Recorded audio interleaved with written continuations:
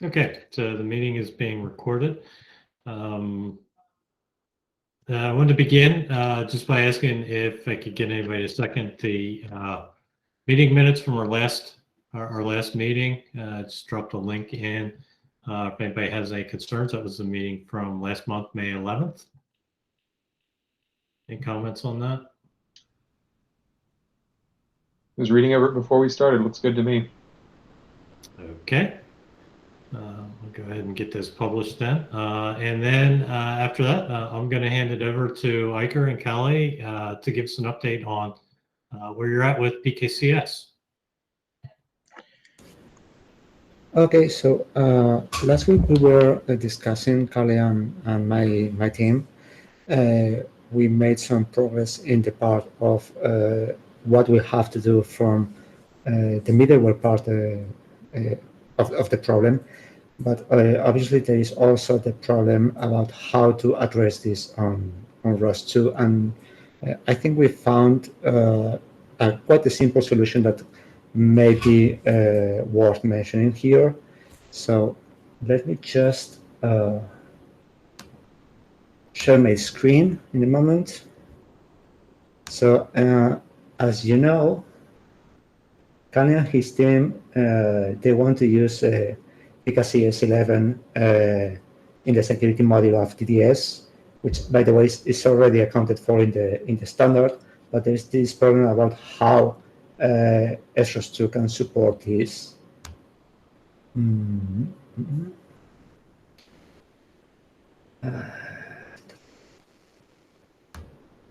Okay.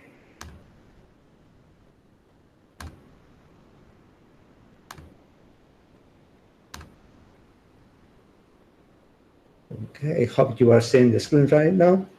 Yeah. Okay, so you know there is this open issue about the environments without a file system and such, but that seems to be stalled for quite a long time. And in fact, it's pretty obvious that it requires quite a lot of changes.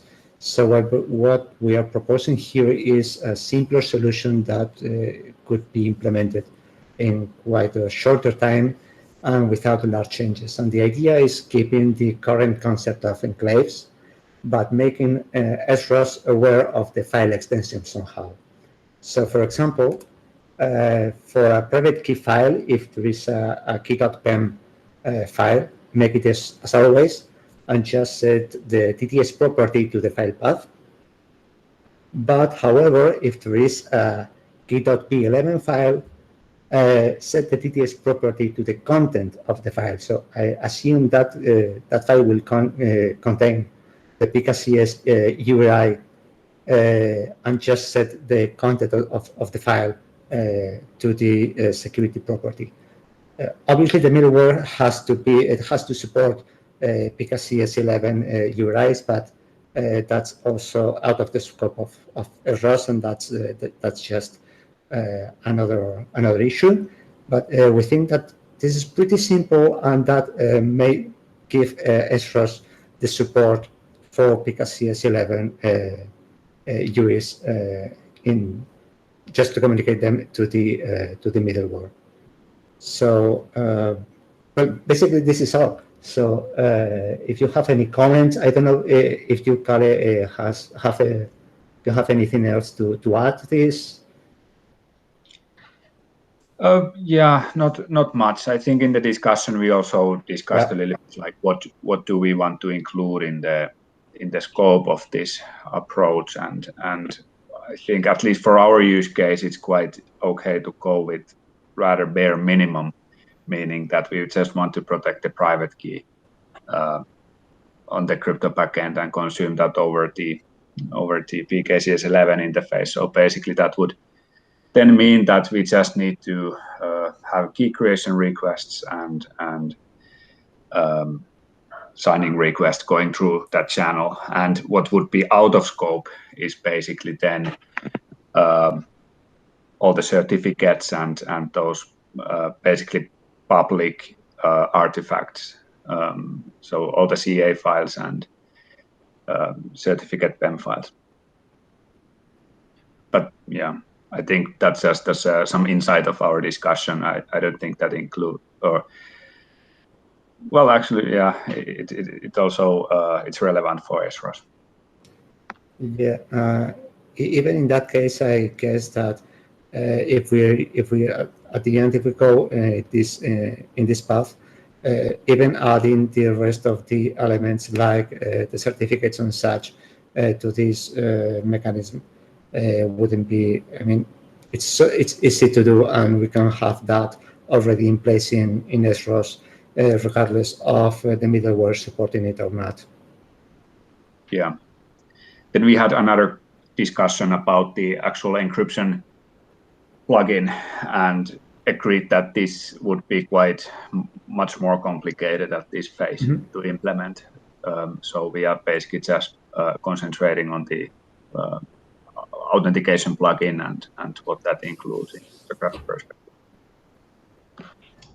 So if I can recap, the deal here is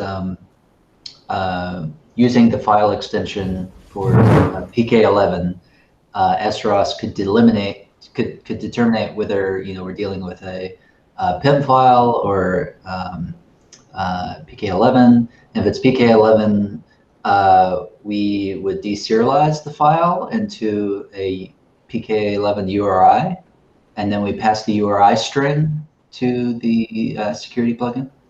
Yeah, that's right. Exactly. So P11 file would just include the SS7 URI. And what this is sort of short-circuiting is it doesn't necessarily handle the case where you want to load the PK11 from a trusted private module or something. That's still future work, right? That's something that the middleware has to do following the security TS standard once it knows the URI. Yeah, exactly. So you're saying that the metadata in the PK11 would point to the trusted private module, but Yep. And so when you say PKey here, that's like object equals PKey. That's not necessarily the serialization of the private key. That's just like a reference. Yeah, exactly. It's just a reference. It's just a pointer. Yeah, sorry. Yeah, okay. You were referring to PKey. I heard the P11 file. So, yeah, that's right. So basically, the private key material or the secret material is only in the crypto backend, and this is just a pointer for it. And middleware will take care of how to use the pointer.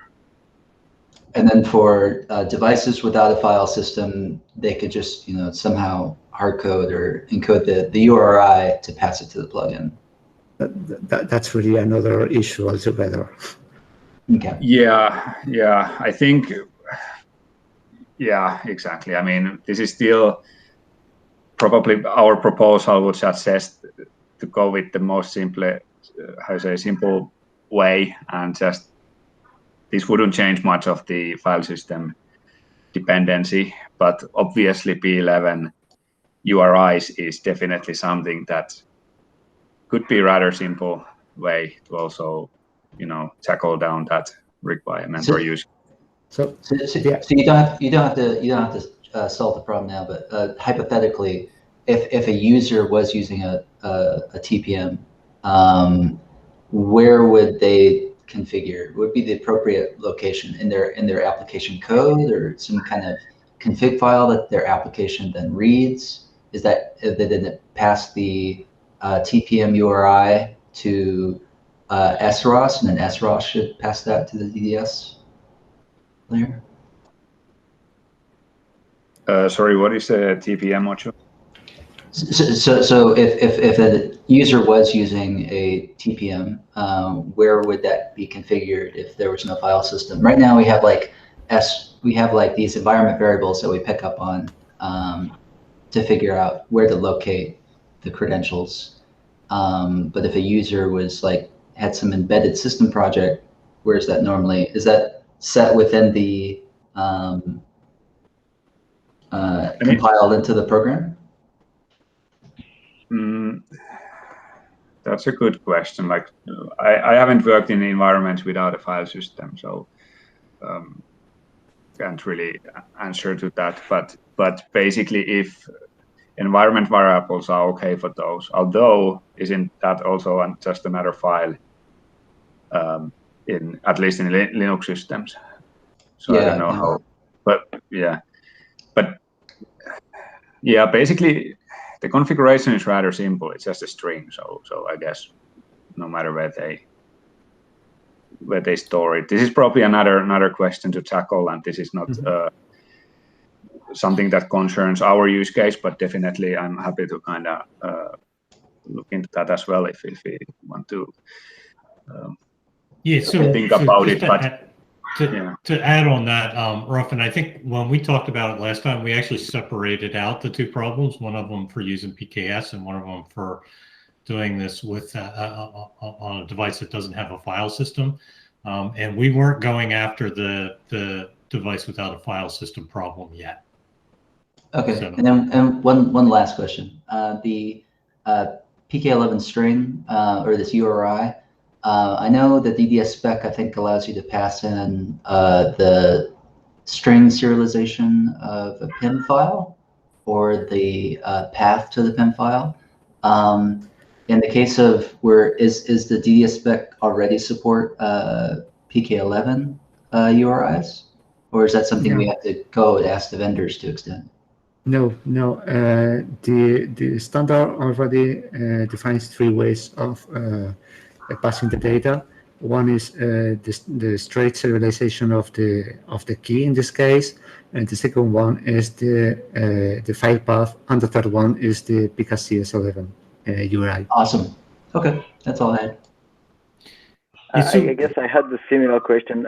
Just to be sure, to clarify on that point. So it would not be supported by the standards if SROS2 would be passing you the file path of either the PEM file or the P11 file, and the middleware would just like take whatever is in there and resolve it. No. In that case, that wouldn't be the standard way of doing it. So if I understood correctly, you are saying for ROS to send the, in this case, the key.p11 file path and then the middleware resolving that, right? Yeah, or we could do it the other way around, which seems to be a supported way. We can also just always give you the content of the file instead of having a different behavior based on the type of file. That could also be done. Because that would remove extra logic based on file extension. Not completely, because you still have to let's say serialize or somehow that information. If you are going to pass the serialized key directly, you have to set the correct format to that string. I believe that's the data URI, and that would be so data colon and then the serialization.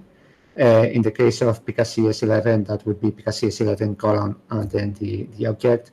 And for the file path, it's file colon and the path. So that part is still necessary. So ROS somehow has to be aware of what it's going to pass along. Yeah, that makes sense.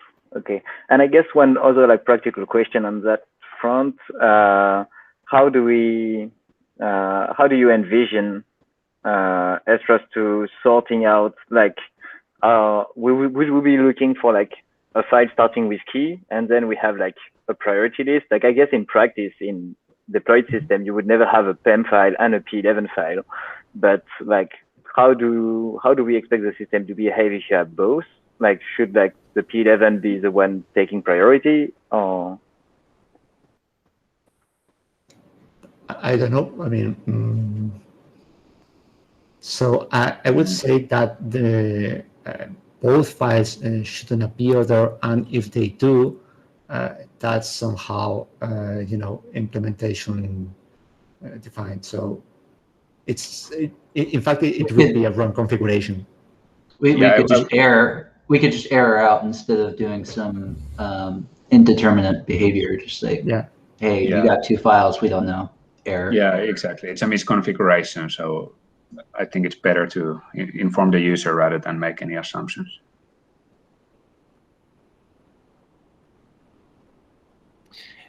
Can you think of any other way where you could do something strange? You know, I'm thinking threat modeling here, where you could do something, evil with a P11 file. Nothing comes to mind, but just from a threat modeling standpoint, does this change the model at all? Well, it's definitely another user input, right? But yeah, I think it goes down a little bit to the middleware, because I think this URI would go quite directly to the middleware API eventually. But this is quite standard format, this PKey11 URI, so I guess we can quite easily mitigate the risk, if there is any, just by with some regular expression to validate the syntax. Yeah, and I see that just simply getting, as long as it meets the expression format, regex or whatever, that it could just be handed off to the operating system, and the operating system has the TPM modules, it can handle the PKCS URI, and I assume that's kind of the intent.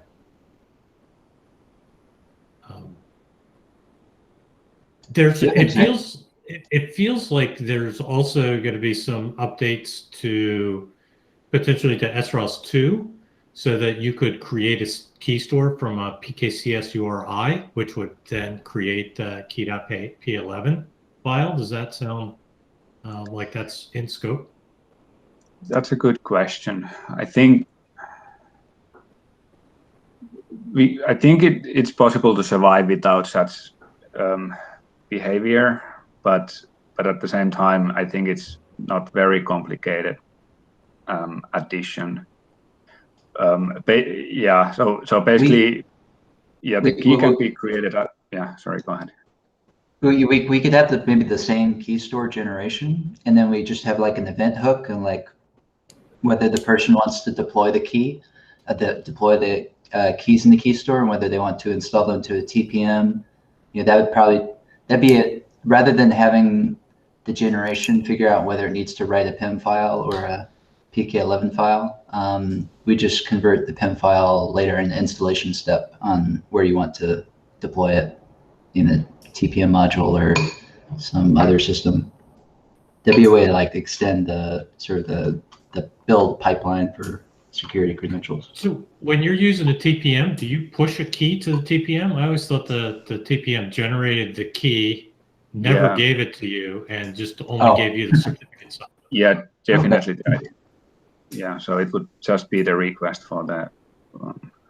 So that's where I'm thinking, like the SROS2 utilities then would pull out the certificate associated with the key and drop the certificate onto the file system, and then drop the P11 pointer as well, right? And I'm sure you could do it all by hand, but I'm thinking that you'll quickly want to automate it with a so maybe key store. Maybe we could add a flag. Yeah, sorry, go ahead. Does the TPM contain a certificate, or is it just like you can only request a key fingerprint, and then that's what you use to build the certificate? So as I said, the certificate doesn't need to be there in the TPM the backend. I think it's still up to us to decide whether we want to go, which way we want to go. But if it's not in the TPM, then basically, the DDS security plugins need their own public certificate to exchange over the wire. Yeah, exactly. So they either need to fetch that over PKey11, or they just get it from the file system. And I think for sake of simplicity, I would even suggest that we keep that as it is today, the public certificates, because they are public. I don't see much reason to protect it hardcore way. So I'm thinking, I'm just trying to think this through, and if I remember all the files right. So the key, the private key, is associated with a certificate, right? Or a key pair. Yeah. Right. So the certificate is kind of the authenticated public key of that Right, key. and the certificate for the participant is signed by the certificate authority, right? And then that certificate authority. So you have the certificate, and then you have the certificate authority, and I think, and both of them obviously have the private sides, right? So the private side key of the certificate authority also, if I'm not mistaken, that will need to be in the TPM. So you can ask the TPM to sign the CSR. Yeah, essentially. So yeah, so you create a CSR with and all that stuff I think is built into PKCS. That's where I think what you're going to find is in order for this to work, you just simply got to automate it within SROS 2. I don't think it's hard. I think that you do have to recognize that the certificate is going to be in the TPM, and you have to pull it out of the TPM because the private key is there, and you're not going to be able to pull that out. Yeah, and this is kind of like a different flow, because at least in our use case, only the participant certificate will reside on the drone side, and then the CAs will be in the cloud. And yeah, we are planning to use some cloud. You may find it's actually easier to leave the certificates in the TPM and just give them the same thing, PKCS. You'll figure that out in the implementation, though. I don't want to tell you how to do it. I think that you may find that it's just as easy to do PKCS URIs, the P11 solution for the other identity, like the whole identity side. Yeah, both ways are definitely possible, but basically generating CSRs and all these CA sort of logic are not, part of P11 specification. So it's much higher level. So anyway, whatever CA solution will be used can consume PKCS 11 to do the crypto operations, but still needs some higher level software to let it be OpenSSL or whatever to actually sign the CSRs and whatnot. But yeah, I think the CA topic is probably another topic per se. Like, we can definitely look into that as well, but so I think back when I was working on SROS 1, I was looking at other key management tools, and I'm trying to look up what it was, but there's a rather large open source project for key management, stuff like everything from your classic certificate authority chain management to stuff more advanced like token generation. I always thought it'd be kind of neat if maybe SROS just kind of hooked into something else where if you wanted to really do this on industrial scales, that SROS would sort of be a client in that relationship in requesting certificates or submitting certificate requests. And you could either host that locally if you were just doing this one-off thing with a small platform, but you could also point it at your corporate hosting of the tool. So yeah, that might be one way of managing this certificate allocation revocation at scale. Yeah, exactly. I think for many use cases, it would be sufficient for SROS to basically just generate the private key and the CSR, and then tell that, okay, take this to your CA or your PKey and bring me back the certificate. This is kind of like enterprise sort of approach where many companies want to use their own CAs and PKey systems rather than want to SROS to be signing any certificates or anything like this. It's just like my opinion. I had an earlier project called Keymint, which a lot of the stuff we're using now kind of derives. But the idea with Keymint, it was similar to a Mint, where you had a workspace for your key material, and you had a source file that had all the configurations. That would be where you encode the permissions, the structures for your certificate authorities, and who you want what to sign. Then you would have your build where you would generate all the certificate requests, signing requests, and intermittent key material. So that the private keys would be generated, but the certificates wouldn't be signed. And then you would have like your install folder, which would have all the final resulting files. But having that level of like different directories for intermittent stages of your key store was kind of helpful, because then you could, pull in any other external tool that can work with the file system to manage your key material. It's a little more straightforward, like any kind of build tool. Interesting.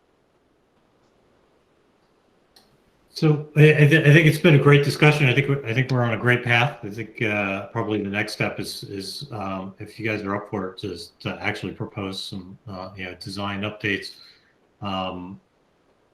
Just a simpler is better, I think. So the idea of just simply having recognizing a P11 file that's a URI, I think is really straightforward. It's a clean solution. How you actually implement it and how we tool SROS2 can be a separate discussion, right? Because I think there's a bunch of different use cases that can derive from this. One of them being keeping the key in the key store. I think another one is imagine if your CA was on a physical device, you plug it into the robot to have it generate its own keys, and then you pull it off. So essentially you use something physical to have a robot join a swarm. Like all that becomes enabled, I think, with this. So, so I think the next step again is to update designs if you guys agree, and if so, if you're up for that, just ping us. I think on chat as you get stuff, and we'll just continue commenting on it asynchronously there. Yeah, sounds good. I think Iker, you and I will meet next time tomorrow, right? If I remember the calendar. Yeah. So the only question that I have for you is, it seems like all these updates can be made in the middleware itself. Is there anything that we should alert, inform any of our other middleware vendors about? Or is this something that will just naturally fall out as they support PKCS URIs? Yeah, so yeah, I think the requirement is pretty much just that, as you said, PKey11 URIs needs to be supported, and obviously those crypto operations that we require, which was I think just RSA, was it PSS signing scheme and key creation, but it's very basic concept, and I cannot think of any vendor middleware that would not support this. So we kind of discussed what would be the reference implementation, and there is this open source project called OpenHSM or SoftHSM, which is basically a software mock-up of a hardware security module, and it works as a PKey11 backend. So if we get it working with this, it should pretty much work with any commercially available solution as well.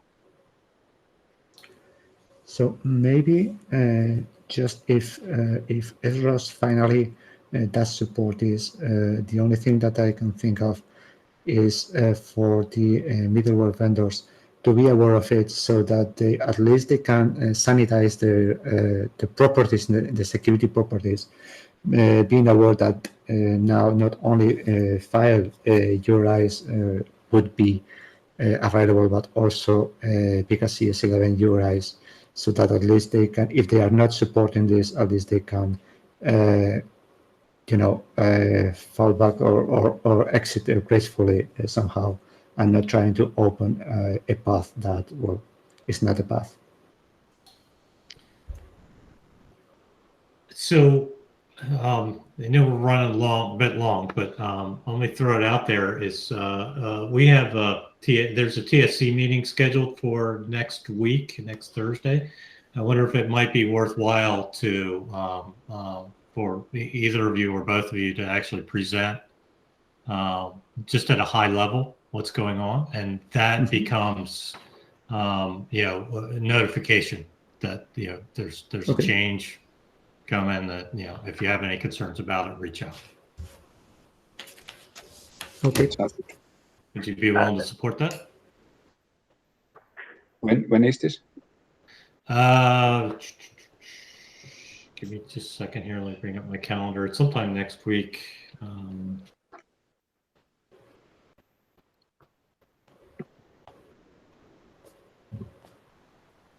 Potentially, is this? Oh, sorry. Go ahead. Yeah, the TSC meeting is Thursday the 17th. It's 11:30 Eastern time, so it's a half an hour before this meeting, as far as time of day, depending on your time zone.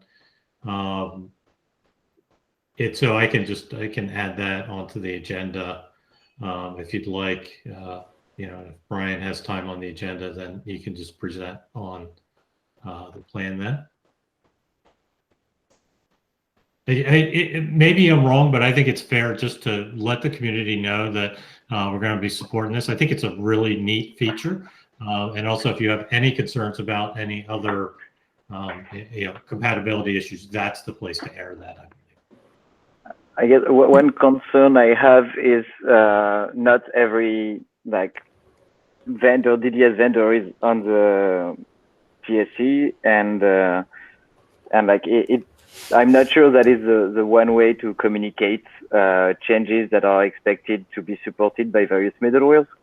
Not that it should not be presented to the TSC, but I believe there is a team on GitHub or something, or a group on Discourse with people from various DDS vendor company, and I think this should be tagged on whatever design is suggested, and then put in a actually full-fledged Discourse post instead of for the community to have to go through the TSC meeting notes to be able to find out that this is happening. Okay, yeah, great point. So, and maybe I'm rushing this a little bit. Maybe you want to flesh it out a little bit more. So I'll just leave that out there if at some point you want to present this to the TSC. But otherwise, we flesh it out on Discourse, or I think there is just a little bit of a socialization of it. I'll just leave it at that.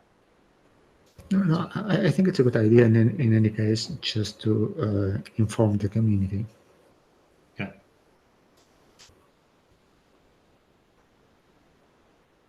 Okay, so I'll leave it at that. If you're interested in getting on the TSC agenda, we can do that. But I think, like Mikhail pointed out, there's probably other places where we need to socialize it as well. And part of that will probably be, if you put out a design doc update, making sure that gets visibility as well. So, but again, I think it's really, really neat feature there. Yeah, sounds good. So yeah, when it comes to the design document and all that, who's managing that? So if I make some proposal or something, is somebody able to, or if Iker and I will make a proposal, how will that get amended to the actual design document if it gets approved? Or how does the process work in general? So I'll actually defer to Mikhail because I know you did this most recently with the updates for the enclave changes. Yeah, so all ROS2 design documents are on the ROS2/design GitHub repository, and there are several related to security. I don't remember exactly what's in there, but my guess is that there is one explaining how key security material is retrieved, and so I think a pull request modifying that one to just add the option for PKCS and explaining how it's going to work would be the good place to start, and then just drop a note on the matrix chat, or I think most of us may be watching that repo, so we will then iterate on it, and then it's going to be Open Robotics that will do the final approval or merging, but I guess the security working group would be the people iterating on it. Okay, sounds good. Thanks. So So I think great discussion again. I just want to move on to real briefly to the last item I had on the agenda. There's I opened up a pull request for the ROS2 documentation. Dropped a link in there. If you get a chance to review that, I'd really appreciate it. This takes the documentation for using security that's in the SROS2 repo and adds it to the ROS tutorials. I also added a section under concepts with a page about security. I just want to get more visibility about security. And then I created a tutorial section for security that takes, again, some of the content from SROS2, but I also added more detail about the ROS2 key store, and that should explain as well about enclaves and a little bit about validating signatures on things in the key store. And the point there was that's where I see potentially some problems arising. So I wanted folks to understand how to troubleshoot and validate the certificates. And then I also added a section on network traffic. That's just me, because to me, the truth is in the packets. So I wanted to just a real quick, like this is how you can see that the packets are encrypted and stuff like that.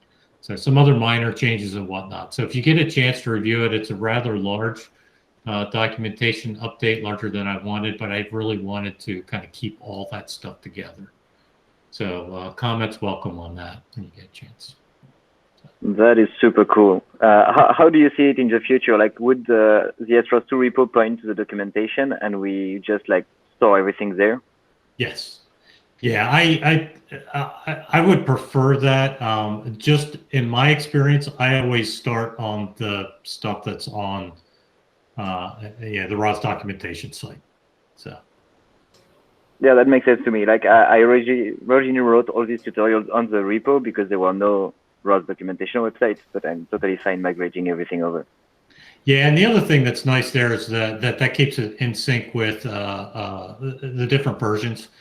So they're versioned nicely now that you can add it into rolling, and so we can keep everything in sync and not have to worry about maintaining the different versions and whatnot. So yeah, so hopefully I've been faithful to the content. There is one to do under there where there's the example about using security across 2 machines, which right now uses copying files, copying the entire key store. I would rather just copy the CAs over and then recreate the enclave on the other machine. So that tutorial should be kind of updated, I think, to reflect that. But I just didn't want to make that change at this point. So. Yeah, so please, when you get a chance to take a look at that. Does anybody have anything else that you want to cover today?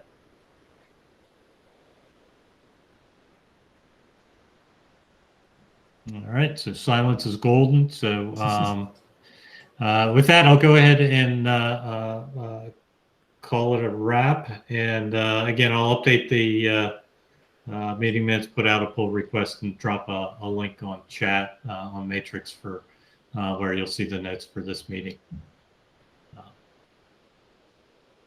Okay, thank you very much. And it's been good, and we'll see you next time. Thanks, Sid. Thanks. Okay. Really cool work. Thanks, everyone. Thank you. Bye.